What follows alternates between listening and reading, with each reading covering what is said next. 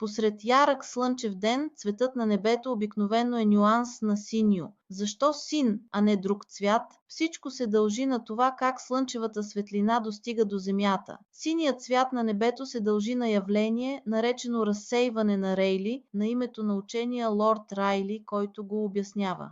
Явлението се случва, когато слънчевата светлина взаимодейства с земната атмосфера. Ако видите светлина от Слънцето на Земята, тя вероятно изглежда като обикновена бяла светлина. Тази бяла светлина обаче е съставена от всички цветове на дъгата. Всъщност можете да разделите и видите всички тези цветове, ако осветите слънчева светлина през специално оформен кристал, наречен призма. Енергията на светлините се разпространява на вълни и различните цветове на светлината се създават от различни видове вълни. Например, когато очите ни разпознаят червения цвят, това, което всъщност виждаме, са дълги опънати светлинни вълни, с върхове, които са далеч един от друг. И когато очите ни разпознаят синия цвят, ние виждаме по-къси, по-насечени светлинни вълни с върхове, които са близо един до друг. Всички различни цветове на светлината се определят от това колко разтегнати светлинните вълни. Червената светлина има най-дългата дължина на вълната, приблизително 700 нанометра. Синята и виолетовата светлина имат по-къси дължини на вълната, между 400 и 450 нанометра. Заедно всички цветове образуват спектъра на видимата светлина, светлината, която можем да видим. Така че, защо виждаме само синя светлина, когато погледнем към небето в слънчев ден? Синият цвят, който виждаме, идва от слънчевата светлина, навлизаща в земната атмосфера и сблъскваща се с молекули на азот и кислород. Тези молекули са много по-малки от дължината на вълната на светлината, така че те разпръскват цветовете с по-къса дължина на вълната, синьо и виолетово, повече от червената или жълтата светлина. А защо виждаме синьо вместо виолетово?